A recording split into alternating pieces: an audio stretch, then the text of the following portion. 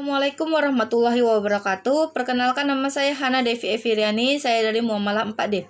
Review saya yang ketiga akan melanjutkan dari review yang kedua tadi. HAM dan wibawa hukum. Orang sering kurang mengetahui dan menyadari bahwa HAM mempunyai hubungan yang sama yang erat dengan wibawa hukum. Kekhilafan ini tampak dari kenyataan bahwa jarang sekali orang memperbincangkan kedua masalah ini bersamaan. Kalau bisa bicara tentang HAM, maka hanya masalah ini saja yang disoroti. Demikian juga sebaliknya, kalau berbicara mengenai wibawa hukum, maka masalah ini saja yang akan dijadikan objek pembahasan. Padahal HAM dan wibawa hukum merupakan dua sejoli atau dua sisi mata uang yang sisi satu tidak dapat dipisahkan dengan sisi lainnya. Pelanggaran HAM.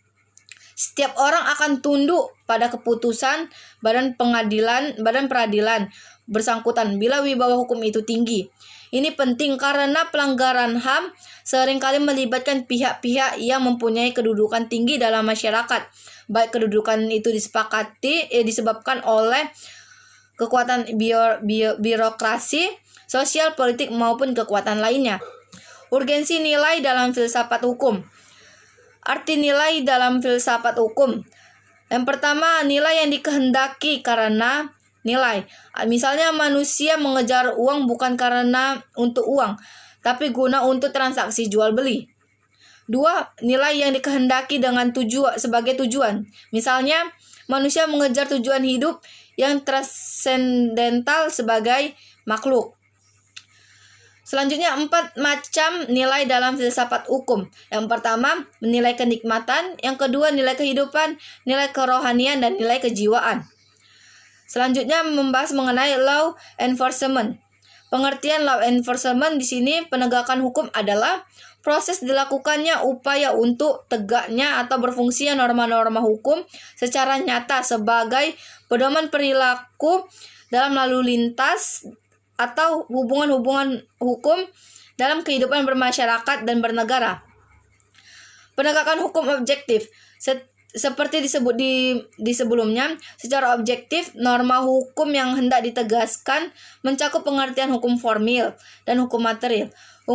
Sedangkan sini, hukum formil hanya bersangkutan dengan peraturan perundang-undangan yang tertulis. Sedangkan material mencakup pula pengertian nilai-nilai keadilan yang hidup dalam bermasyarakat.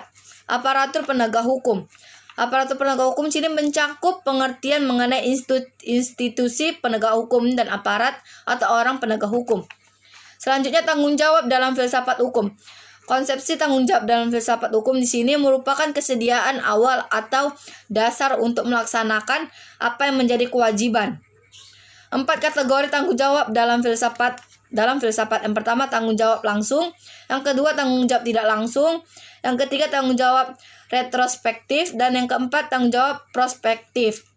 Hukum dan kebudayaan. Konsepsi hukum dan kebudayaan. Budaya adalah akal budi, pikiran, adat istiadat. Sedangkan kebudayaan ini hasil dari kegiatan budaya, pengetahuan manusia atau makhluk sosial untuk menikmati atau menggunakan lingkungannya.